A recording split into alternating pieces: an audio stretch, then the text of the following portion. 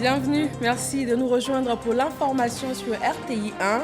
Dans les titres, ce 19 septembre, l'entrevue du président Alassane Ouattara avec le maire de New York en marge de la 77e session de l'Assemblée générale des Nations unies.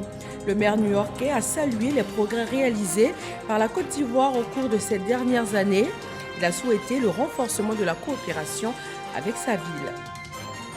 À Abidjan, la capitale économique ivoirienne, le vice-président Thiemoko Mélié Koné a ouvert le forum des inspections générales d'État d'Afrique. Les membres du comité examinent la situation afin de proposer des solutions aux défis de leurs organisations communes. La première université d'été pour la bonne gouvernance à Abidjan vient de refermer ses portes. Elle est initiée par la Commission nationale du mécanisme africain d'évaluation par les pairs afin de partager les expériences et surtout promouvoir les bonnes pratiques en la matière. Et puis au Gabon, une enquête est ouverte après l'arrestation de l'ancien président de l'Assemblée nationale. Les services douaniers ont découvert la somme de 1,19 milliard de francs CFA dans ses valises. Le substitut du procureur indique que l'argent a été reversé au Trésor public. Bonsoir à tous. En marge de l'Assemblée générale des Nations unies, le président Alassane Ouattara a eu une entrevue avec le maire de New York hier 18 septembre. Eric Adams a souhaité un échange d'expériences avec le gouvernement ivoirien dans un contexte mondial marqué par de nombreux défis. Awa Touré. Le maire de New York, Eric Adams, chez le président de la République Alassane Ouattara, pour lui souhaiter bienvenue dans sa cité, comme pour saluer l'hospitalité dont il a fait l'objet lors de son séjour en Côte d'Ivoire. L'occasion aussi d'échanger sur les potentialités et les moyens de développer des partenariats équitables. It has been many years since I was in Côte d'Ivoire. J'ai visité la Côte d'Ivoire il y a quelques années. Ça a été un réel plaisir de découvrir ce pays, de voir un peu le sens de l'unité qui y prévalait. Et lorsque j'ai rencontré le président, j'ai pu réaliser le niveau de progrès que le président a fait réaliser à ce pays au bout de quelques années. Et j'estime que dans le contexte actuel où nous sommes confrontés à de nombreux défis, cela fait sens que nous renforcions nos relations, que nous puissions échanger nos expériences, que nous apprenions les uns des autres, que nous développions l'amitié entre notre pays, la Côte d'Ivoire et la cité de New York. C'est avec un plaisir renouvelé que je retrouve le président de la République et sa charmante épouse. Officiellement investi le 1er janvier 2022, Eric Adams est le deuxième maire afro-américain de New York, après David Dinkins, élu en 1989. À Abidjan, la capitale économique ivoirienne, le vice-président a officiellement ouvert le Forum des inspections générales d'État d'Afrique. C'est une organisation panafricaine.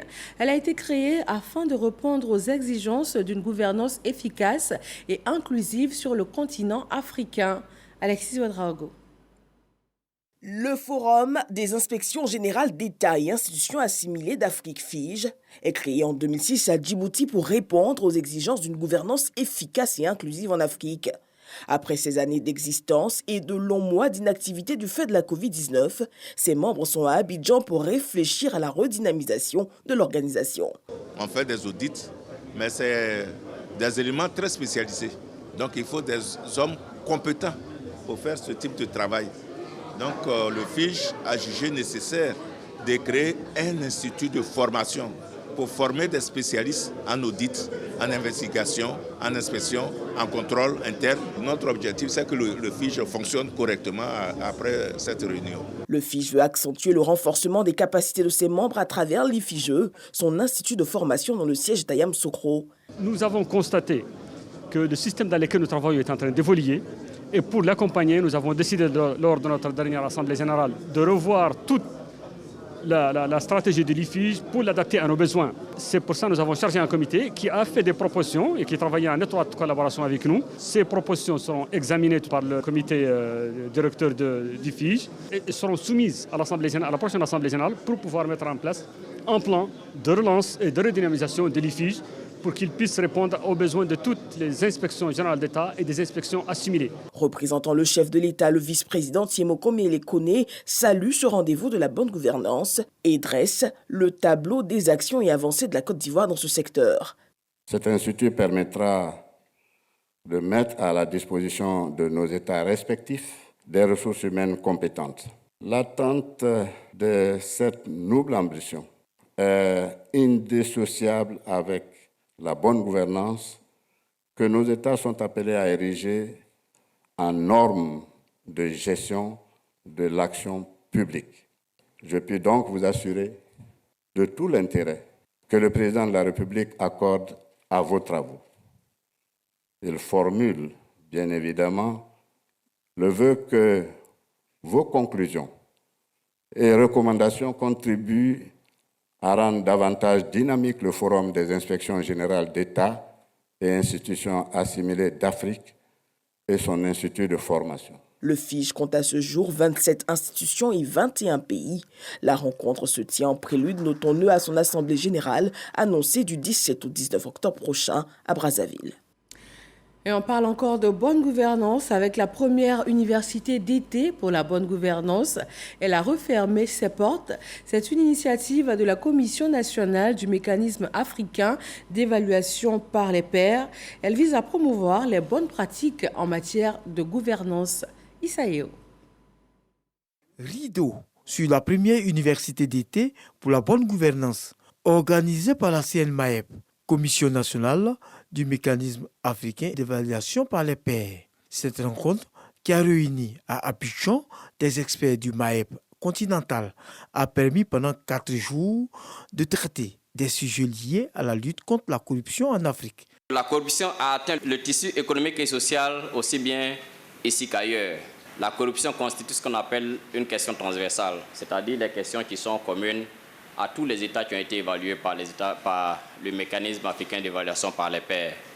Ce que nous avons vu aujourd'hui, c'est un début de prise de conscience. Redevabilité dans la gestion des finances publiques, corruption dans le concours administratif, corruption et blanchiment des capitaux et bien d'autres sujets liés à la bonne gouvernance ont fait l'objet d'échanges au cours de cette université d'été. Dans l'ancienne loi organique, il n'y avait pas de rapport annuel de performance qui se produisait à l'issue de la gestion budgétaire.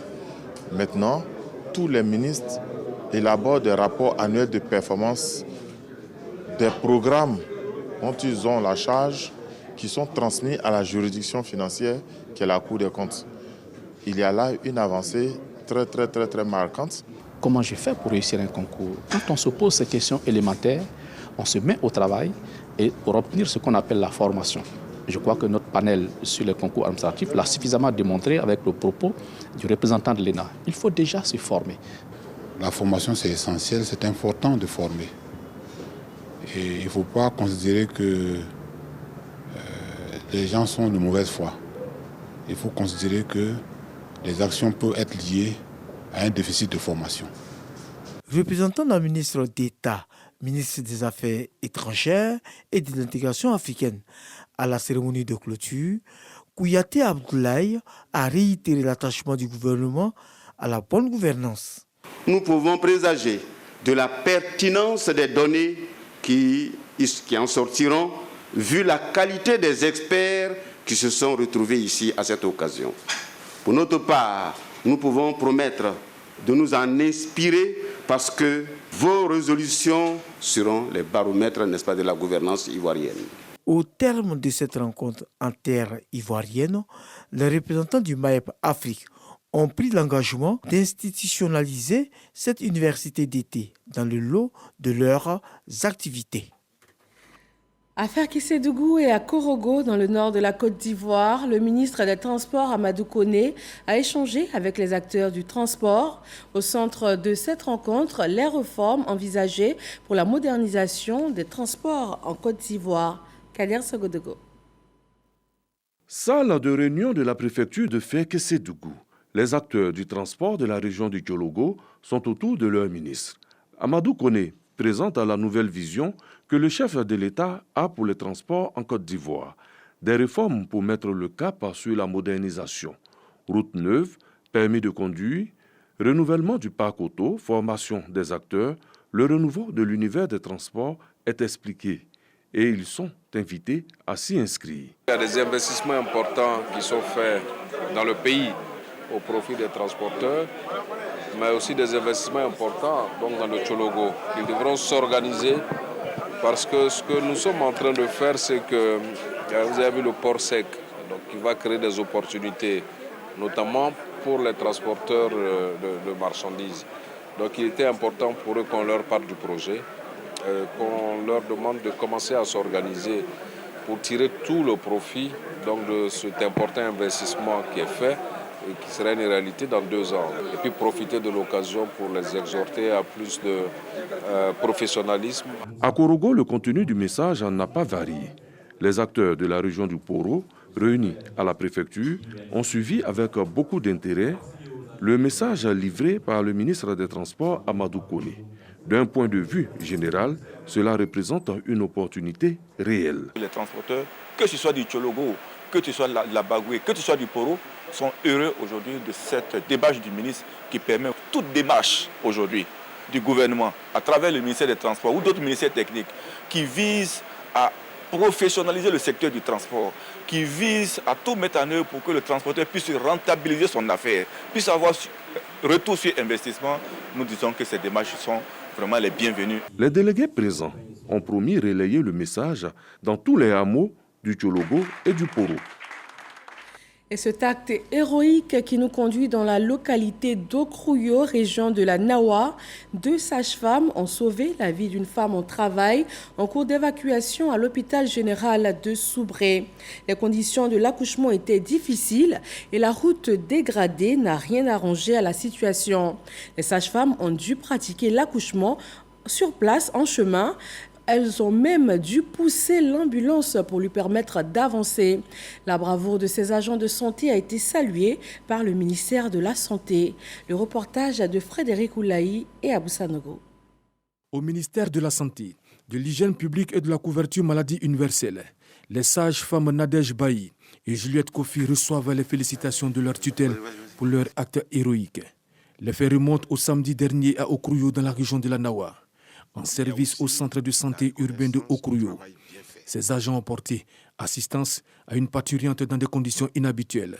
Le samedi matin, aux environs de 5 heures, nous recevons Madame Bamogo Bivata. Nous l'avons reçue à 5h00. Nous l'avons référée à 5h40. Et comme c'est de coutume chez nous, en référant une dame, une sage-femme doit toujours monter dans l'ambulance jusqu'à le lieu d'évacuation. Donc sur la route, l'ambulance ne pouvait plus avancer. Elle m'a appelé. Ah, la femme a des contractions. Il se pourrait qu'elle puisse accoucher. Je dis, fais l'accouchement. Tout s'est bien passé. C'est cette publication sur les réseaux sociaux qui révèle, aux yeux de tous, l'acte des sages-femmes. Informée de la situation qualifiée d'acte héroïque, la tutelle a tenu à honorer la conscience professionnelle et l'engagement de ses agents de santé. Nous avons des sages-femmes. Mais au-delà des sages-femmes, nous avons des agents de santé tout court qui sont guidés et qui sont engagés pour travailler à la bonne santé des Ivoiriens. Le ministre m'a donc chargé de faire venir ces 2 sages-femmes et de leur adresser ses félicitations. De les féliciter pour ce qu'ils ont fait. Elles pouvaient ne pas respecter les consignes et mettre la femme dans une ambulance et dire transportez-la dans l'autre centre de santé. Qu'est-ce qui serait arrivé pendant le chemin où l'ambulance était embourbée? Cette femme n'aurait pas eu d'assistance et on ne pouvait pas savoir ce qui aurait pu arriver. Mais ces sages-femmes ont respecté les consignes du ministère qui consistent à référer les malades en les faisant accompagner par du personnel qualifié. Mérite est reconnu par le ministère. Pour ces sages-femmes, le défi est d'autant plus grand encore pour accomplir les devoirs de leur serment. Elles s'engagent donc résolument au service des populations. Le directeur du cabinet a, au nom du ministre Pierre Dimba, invité l'ensemble du corps médical à plus de professionnalisme. Voilà, des compétences saluées et bien au-delà, la qualité humaine et la bravoure de ces sages-femmes reconnues. En politique, le RHDP est en pleine tournée afin de vérifier et de valider l'implantation des comités de base. Alexis Ouedraogo nous emmène dans la région de Gbeke avec le secrétariat départemental de Botro et Diabo. Depuis quelques semaines, une tournée de vérification et d'implantation des comités de base RHDP a démarré à Diabo, dans la région du Gbeke. C'est une initiative du secrétaire départemental du RHDP de Botro Diabo, Wacharke Debo, pour s'assurer de la bonne marche des comités de base dans sa localité. Depuis bientôt 2 à 3 semaines, nous sommes sur le terrain politique Diabo et Nangui-Bonou pour contrôler et valider les comités de base. Et donc à partir de ce jour-là, nous avons entamé la validation au niveau des villages de Nangui-Bonou sous-préfecture. Nous sommes là pour vérifier effectivement l'efficacité du RHDP dans la circonscription de Nangui-Bonou. Le départemental s'est dit satisfait de cette tournée qui marque le début d'une implantation plus forte du parti. En tant que premier responsable, nous avons décidé donc de parcourir tous nos villages, tous les quartiers de notre département politique pour que nous puissions nous rendre compte de l'effectivité de cette comité de base. Non seulement de la présence effective des membres qui constituent ce comité de base, de nous enquérir de leurs difficultés, des problèmes. Parce que le militant, il y en a, ils existent physiquement, mais qui n'ont pas les documents afférents aux élections, ils n'ont pas de carte d'identité, ils n'ont pas d'extrait, et tout ça. Il y a aussi les nouveaux majeurs. Au regard des actions de développement menées dans la région par le chef de l'État, les populations glo se sont dites prêtes à encourager et soutenir la politique du RHDP. Toujours dans l'actualité politique, ce tout nouveau parti qui fait son entrée dans l'arène politique, le Verger de la démocratie. Il a effectué sa première sortie de mobilisation. C'était dans la commune de Yopougon. Le président du parti, Kevin Zo, a présenté son projet de société et surtout ses ambitions pour les futures échéances électorales en Côte d'Ivoire. Frédéric Oulaï et Moussa Konaté. Le Verger de la démocratie de Côte d'Ivoire, LVDCI, nouveau parti dans le paysage politique ivoirien. La nouvelle formation politique fondée par Zo Kevin vise la promotion de la démocratie et du social. Notre programme va se baser sur le social. Dans nos zones rurales, comment apporter notre modeste contribution, apporter aussi notre sagesse, notre expérience au développement, à la reconstruction et à la révalorisation de nos richesses que nous disposons déjà. La paix, la cohésion sociale et la justice figurent en bonne place dans le programme d'activité du LVDCI, selon son président. Créé en février dernier, le Verger de la démocratie de Côte d'Ivoire entend participer à toutes les échéances électorales. Les responsables annoncent être ouverts à tous les groupements politiques en vue d'une alliance. La cohésion sociale s'invite également dans la pratique du sport. Le tournoi de la cohésion doté du trophée Adama Diawara vient de prendre fin. La grande finale nous est proposée en images par Khalid Diomondé et Godefroy Okambawa. Terrain de football de Yopougon-Sable. Les amateurs du Maracana sont venus savourer la grande finale du tournoi de la cohésion sociale. Au nombre des spectateurs, le ministre Adama Diawara, parrain du tournoi. Les équipes rivalisent de talent 40 minutes durant pour s'emparer de la coupe. Au thème du temps réglementaire, le compteur affiche 1-0 en faveur de FC CAS PCS, sacré vainqueur de la compétition.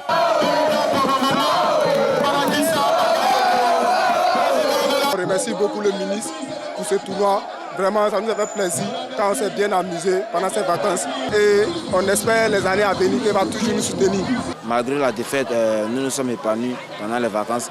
Ce tournoi a permis que nous soyons encore plus en harmonie dans le quartier et j'espère que ça continuera. Toutes les couches se sont retrouvées et nous avons partagé ce moment ensemble tout le long des vacances. Le ministre nous a pris en charge cette année et vraiment nous sommes honorés. S'unir et fraterniser par le football, le but ultime du tournoi de la cohésion sociale.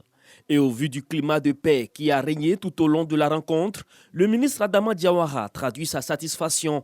Il exhorte les jeunes à poursuivre dans cette dynamique. Tous les jeunes ont communié autour du ballon rond sans aucune distinction, en faisant fi de toutes les barrières politiques. Et c'est ce qu'on demande à la jeunesse. Je demande à ces jeunes-là d'être et de demeurer des vecteurs de paix, de cohésion sociale, d'union, de fraternité et de solidarité. Ces valeurs si chères au président de la République, son Excellence M. Alassane Ouattara, valeurs sans lesquelles aucun développement n'est possible. Une enveloppe de 500 000 francs CFA et le trophée Adama Diawara remis au vainqueur du tournoi.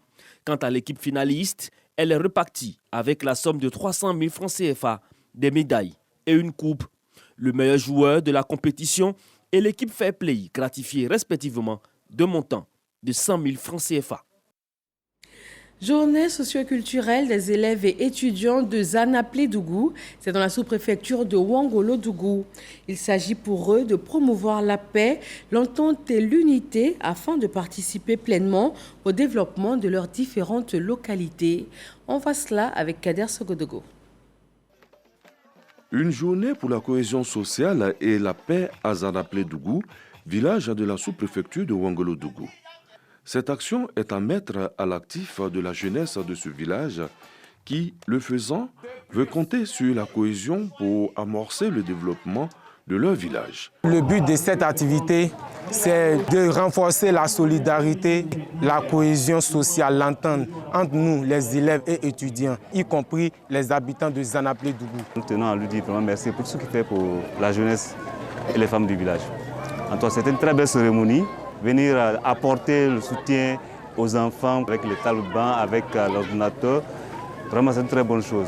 Drissa Traoré, député de Ouangolo-Dougou, parrain de la cérémonie, salue cette prise de conscience de sa jeunesse et réitère son soutien à toute action de développement et de consolidation de la paix. Il n'y a pas d'autre chose qui vaut la cohésion.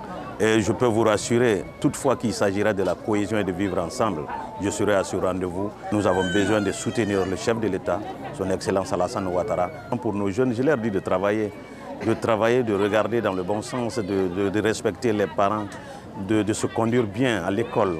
La journée socio-culturelle de Zanaplé-Dougou avait pour thème « Tous unis pour le développement des Zanaplé-Dougou ». Plusieurs activités et remises de dons ont meublé cette cérémonie. Concours des professeurs d'art plastique et de musique des collèges et lycées de Côte d'Ivoire. 220 postes sont à pourvoir pour cette session 2022.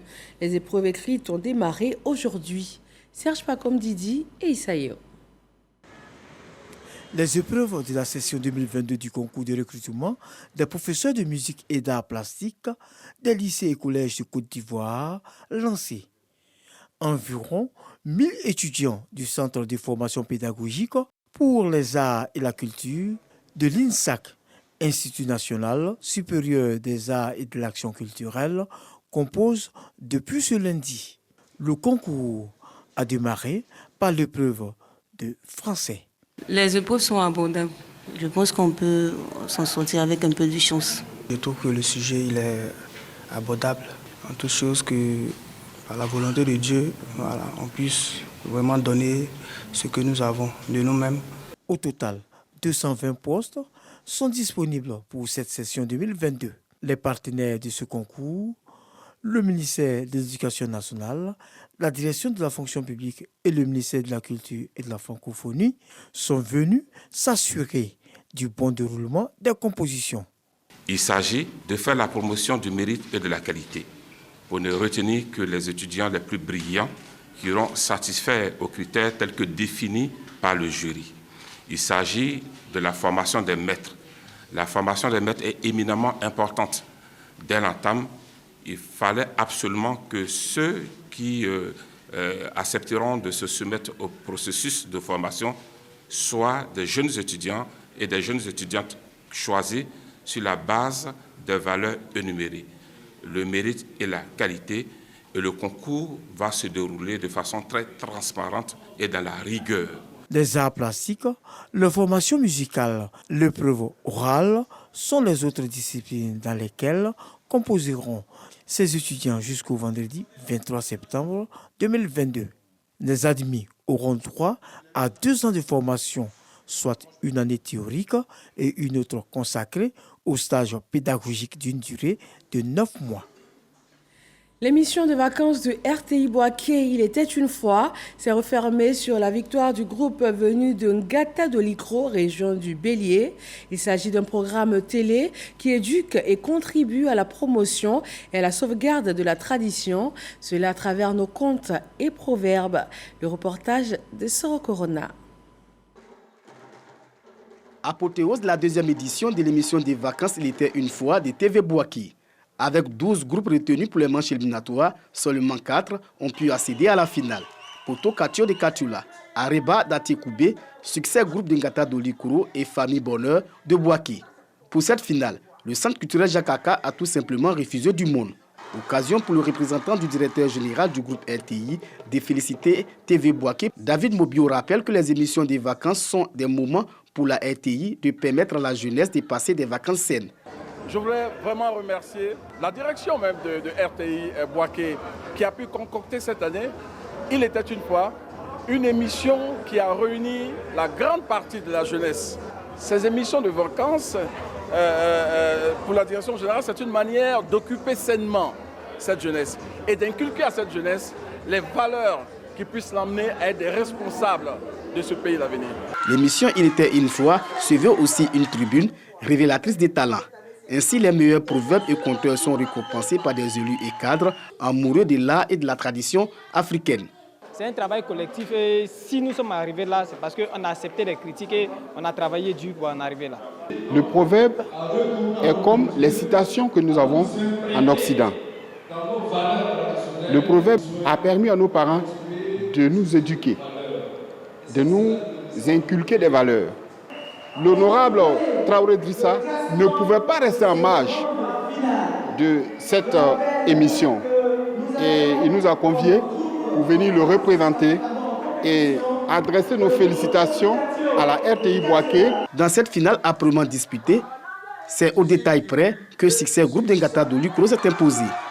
Les représentants des ministres du Transport, de la Culture et de la Francophonie, patrons et marraines de cette finale, les partenaires saluent le retour de l'émission Il était une fois. J'invite donc notre jeunesse à revenir aux sources, à revenir à notre tradition, à revenir à nos valeurs culturelles.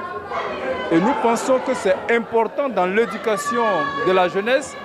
Le conte, c'est le fondement de l'éducation, de l'enseignement dans nos contrées.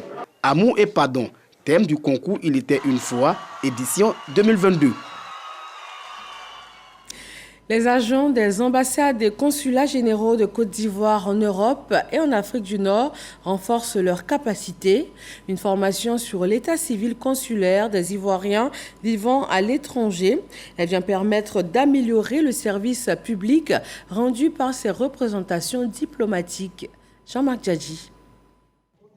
L'état civil consulaire se modernise.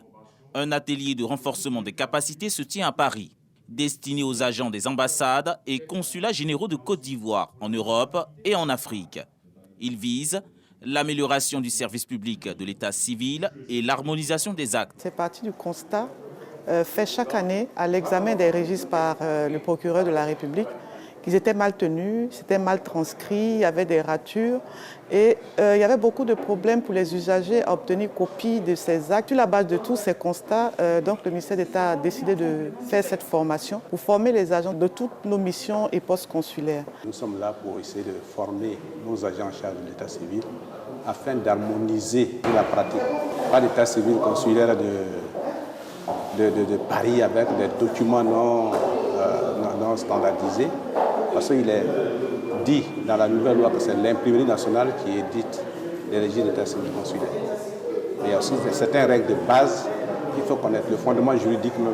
Le gouvernement, à travers le ministère d'État, ministère des Affaires étrangères, de l'intégration africaine et de la diaspora, marque ainsi l'urgence et l'importance de cette démarche, au vu de l'augmentation considérable des dossiers relatifs à l'état civil des Ivoiriens de l'étranger. C'est une réunion importante, c'est pour cela que nous sommes très honorés d'accueillir cette réunion qui va aussi nous permettre de mutualiser, de voir ensemble l'ensemble des difficultés que nous rencontrons et quelles sont les solutions que nous pouvons apporter à l'ensemble de ces difficultés, et puis surtout avec la supervision à la fois de la Direction générale des affaires juridiques consulaires de l'État civil, également du ministère de la Justice, garde des Sceaux, ce qui permet qu'il y ait une meilleure collaboration dans le traitement de l'ensemble des actes d'état civil.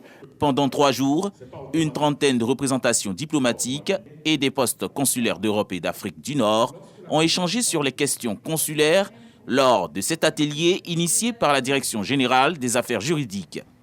Le consulat général de Paris, à lui seul, traite environ 85% des activités des missions diplomatiques et consulaires de la Côte d'Ivoire à l'étranger.